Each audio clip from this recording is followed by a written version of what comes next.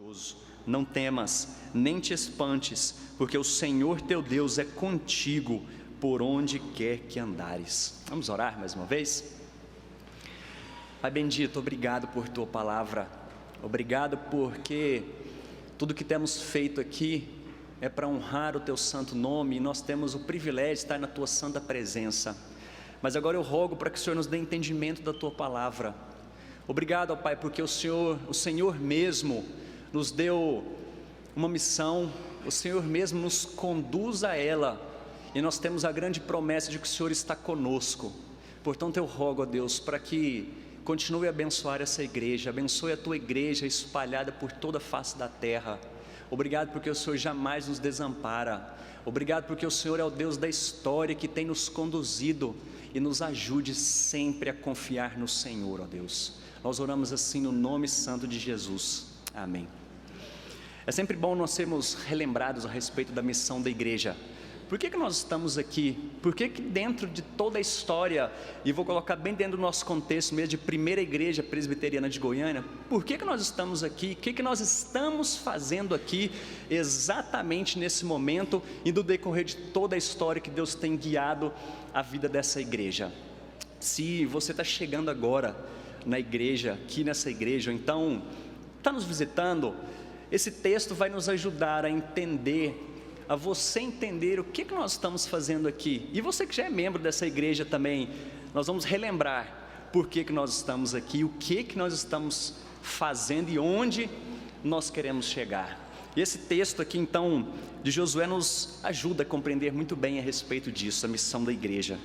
Esse livro de Josué é um marco na história do povo de Deus, porque ele está exatamente numa parte da história que é o cumprimento de todas as promessas que Deus havia feito para o povo dele aqui anteriormente. E é interessante porque esse texto fala que Deus se revela a Josué. Ele diz: olha, passa o Jordão, eu vou dar uma terra para vocês que eu prometi ao meu servo Moisés. Mas quando a gente olha a história bíblica anterior a isso aqui, a gente vai para Gênesis, capítulos 12 e 15, nós vemos que as promessas haviam sido feitas anteriormente para Abraão, não foi nem para Moisés. Então Deus havia prometido algo grande, que esse povo herdaria uma terra. Quando Deus falou para Abraão: sai da tua parentela que eu vou te mostrar uma terra. E então a partir desse momento, agora com Josué, nós temos o cumprimento dessas grandes promessas que Deus havia feito para aquele povo.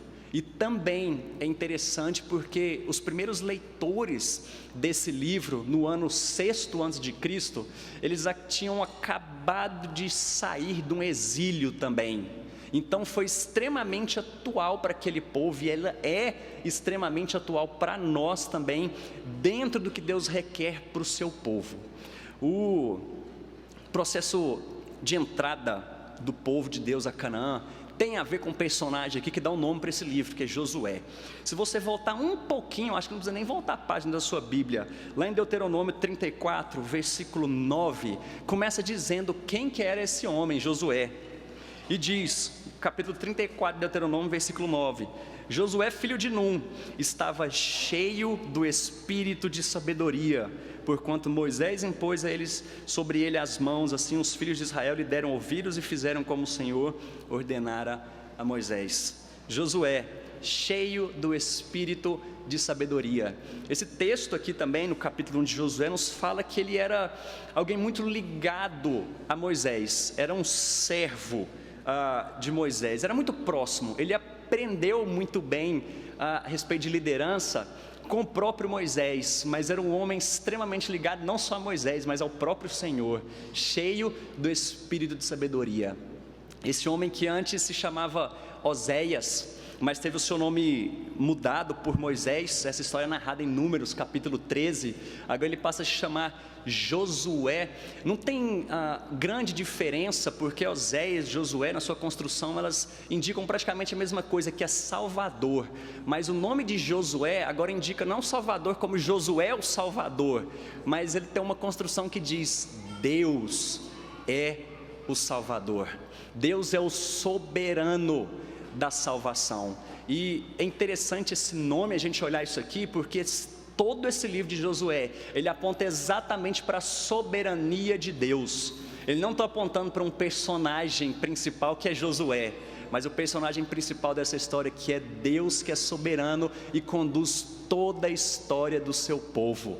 E nós vamos ver isso daqui a pouco, como que o texto aponta exatamente para esse Deus, que é o soberano da nossa salvação. Mas então, quando nós olhamos para esse texto, nós podemos ver aqui que Deus, o próprio Deus, atribuiu uma missão, não só para Josué, mas para aquele povo. E nós vamos ver que missão é essa. Mas ele também fez uma promessa. Após dizer qual era a missão, ele fez uma promessa. E por fim, ele deu algumas condições para que aquele povo tivesse êxito. E eu queria então que a gente pudesse ver isso agora.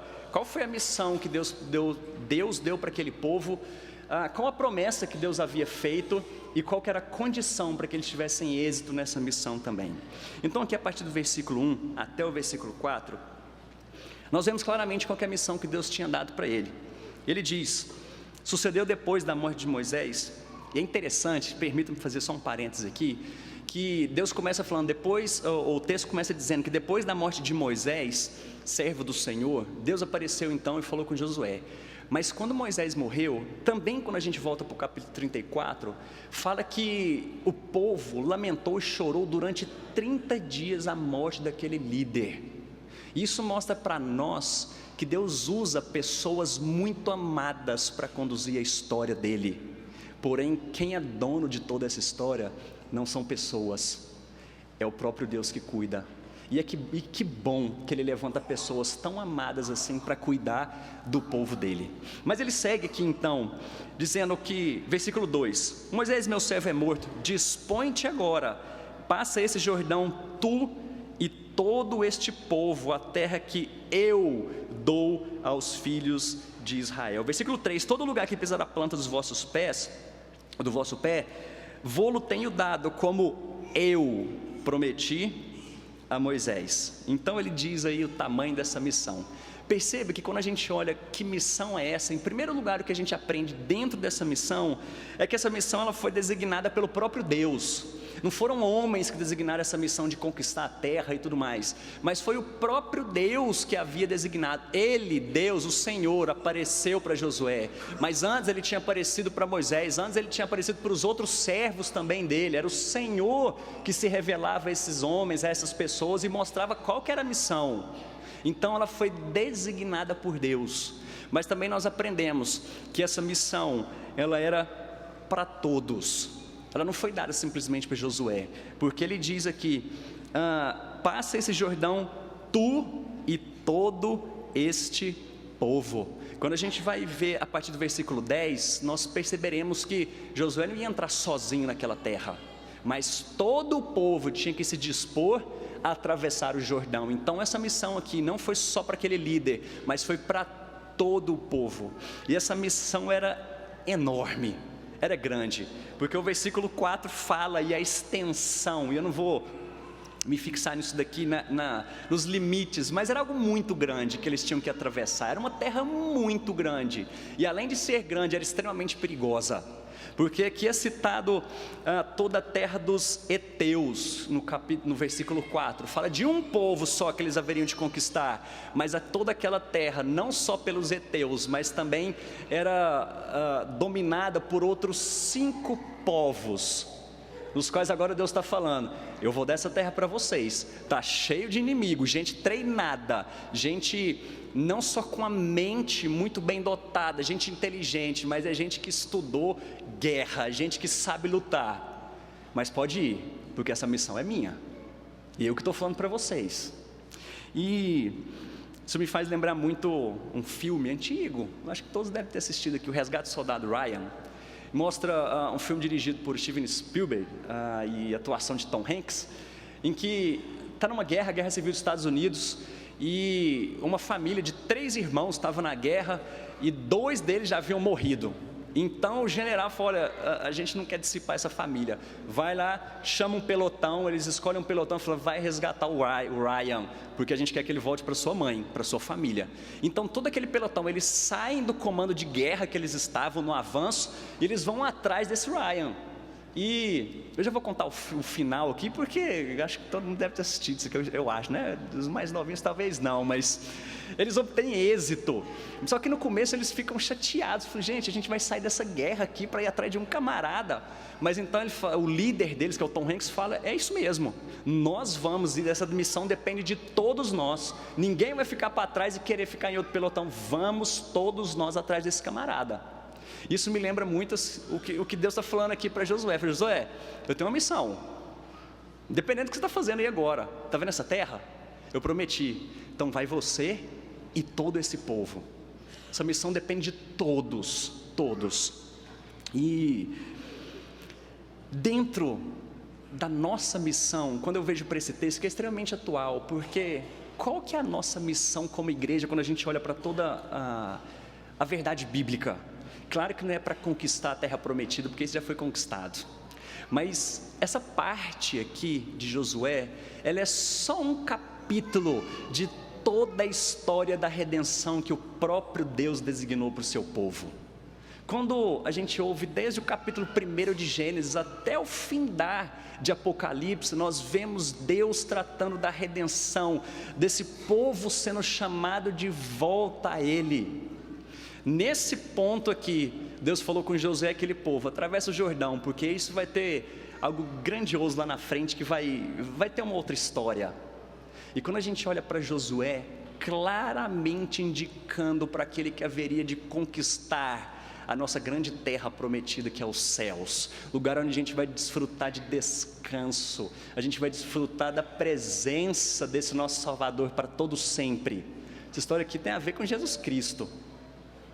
A missão que nós temos, e que isso aqui reflete, é o próprio Jesus Cristo conquistando isso aqui para nós. Então a gente não tem que conquistar mais terra prometida, mas agora dentro desse plano de redenção, qual que é a nossa missão como igreja?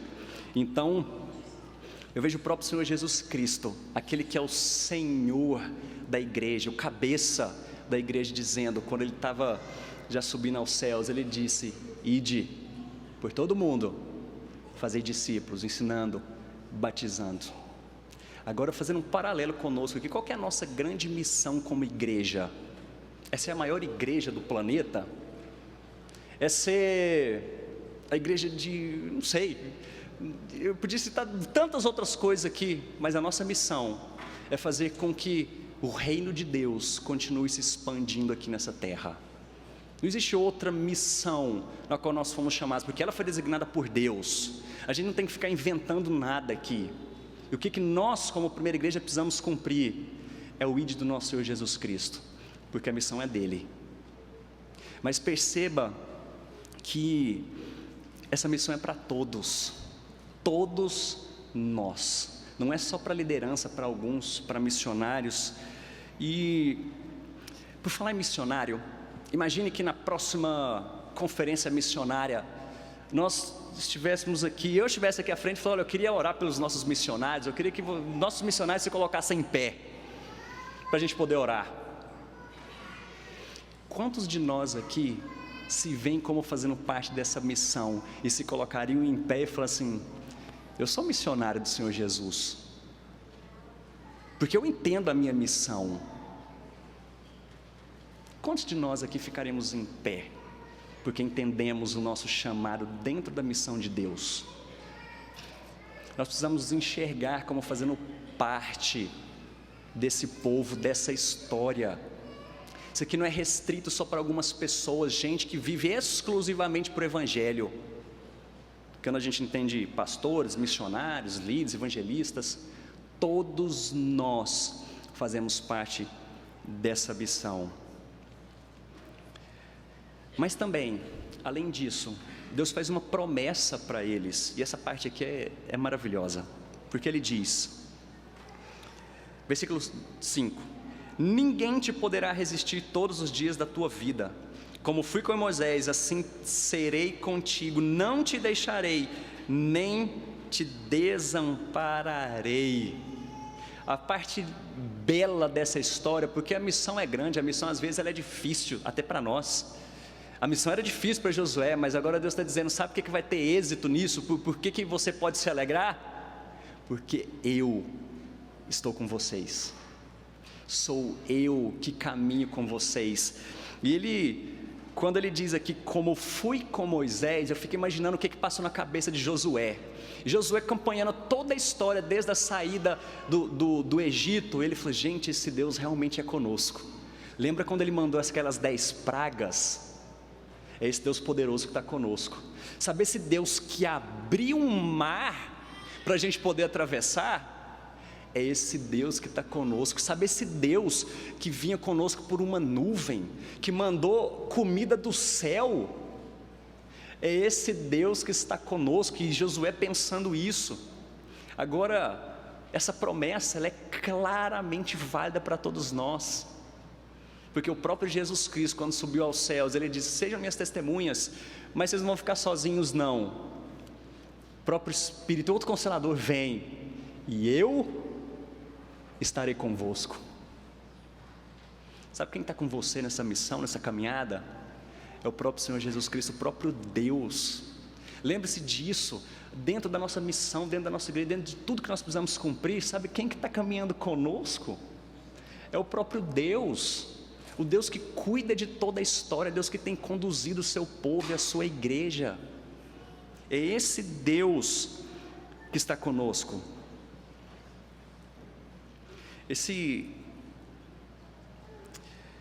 Mas eu fico pensando aqui, quando a gente está falando sobre Deus nos desamparar, Deus cuidar de nós, mas Jesus, em um momento da história, ele disse, Deus meu, por que me desamparaste?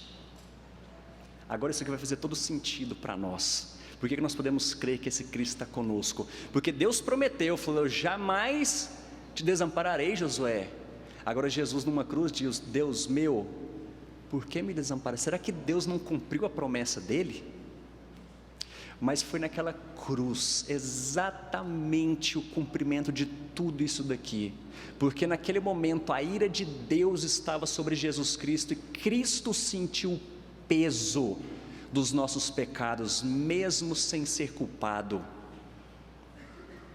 Aquele preço foi pago por mim e por você, e olha só o tamanho de desprezo que Cristo sentiu naquela cruz. Deus meu, por que me desamparaste?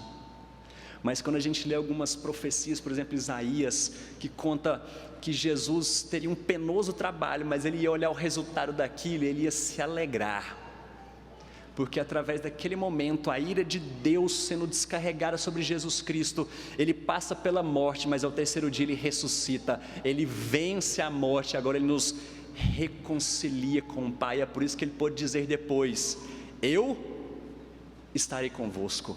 E esse Cristo é o próprio Deus e o Filho dele que estão aqui conosco até hoje, conduzindo a história dessa igreja na sua missão. Mas então ele parte para a parte final, vem para a parte final, que havia uma condição. Na verdade, é algo que Deus requer de todo o seu povo, porque ele diz, versículo 7, tão somente ser forte e muito corajoso, para teres o cuidado de fazer segundo toda a lei que meu servo Moisés te ordenou, dela não te desvies nem para a direita, não te desvies nem para a direita nem para a esquerda, para que sejas bem sucedido por onde quer que andares. Olha só umas palavras parecidas com o que o salmista diz também no Salmo 1, não cesses de falar deste livro da lei, antes medita nele dia e noite, para que te tenhas o cuidado de fazer segundo tudo quanto nele está escrito, então farás prosperar o teu caminho e serás bem sucedido. Deus falou, eu tenho uma missão para vocês, Josué, e todo esse povo, todo mundo precisa participar, vocês precisam atravessar, conquistar essa terra, mas fiquem tranquilos porque eu estou convosco. Sabe o que vai garantir a vitória de vocês? A minha presença. E depois de Deus lembrar tudo isso, estabelecer tudo isso para aquele povo, ele diz, sabe o que eu espero de vocês agora? Josué, medita na minha palavra, cuida para fazer exatamente o que está escrito nela. Sabe por quê? Tudo isso já foi conquistado. Vocês são meus instrumentos para caminhar. Eu já falei de toda a história que vai acontecer. Vocês vão conquistar essa terra, mas me obedeçam, porque eu sou seu Deus, sou um Deus santo. E se vocês me têm nessa estima, se vocês entendem que tudo que foi realizado é porque vocês são meu povo, me obedeçam. Interessante como a gente olha em toda a Escritura, a gente nunca vai encontrar essa ordem inversa. Me obedeçam, e aí depois eu vou te mostrar as bênçãos que eu vou dar. É sempre o contrário. Olha as bênçãos que eu tenho derramado sobre vocês, olha a salvação, olha tudo que eu já fiz por você que conduz à vida, olha a vida eterna, a esperança que vocês têm. Mas sabe o que eu quero de vocês? Me obedeçam, busquem uma vida reta, limpa, santa diante desse Deus, diante de mim que sou o seu Senhor. Eu já prometi que vou estar com vocês, mas imagine esse Deus santo caminhando conosco em uma vida suja diante desse Deus. Isso não faz sentido, isso não faz sentido nenhum. Portanto, quando a gente olha para esse texto, isso é extremamente real e claro aqui para nós. O que nós podemos concluir diante disso?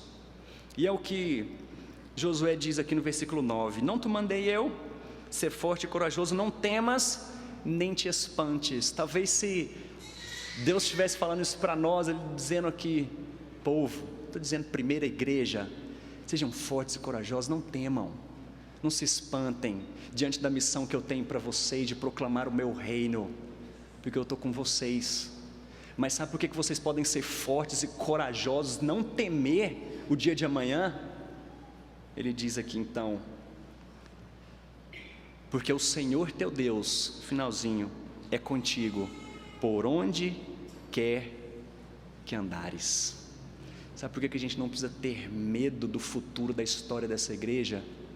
Porque Deus está conosco, Ele é o Senhor dessa igreja, a missão foi dada por Ele, mas agora Ele diz: todos vocês precisam estar nela.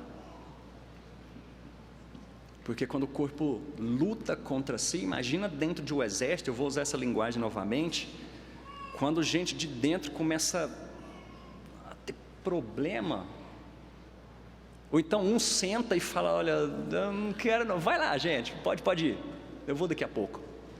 Ele falou: é tu e todo o teu povo, se dispõe, você missionário, essa missão é sua também. Mas não tema, não te espantes, porque o Senhor é conosco. Mas agora a gente pode terminar dizendo, além da confiança que a gente tem no próprio Deus, medita nessa palavra, conheça, para que você tenha na mente, no coração, tudo aquilo que Deus requer de você, porque a gente está no meio de uma caminhada, a gente está no meio de um exílio. Isso aqui não é a nossa morada final, não. Vai chegar ainda a nossa morada, a gente vai armar nossa tenda de uma vez por todas. Isso aqui está passando, a gente está nessa caminhada. Entenda a sua missão, seja forte, corajoso, Deus está conosco, mas busca uma vida santa diante dEle, para que a gente possa ter êxito nessa caminhada. Vamos orar?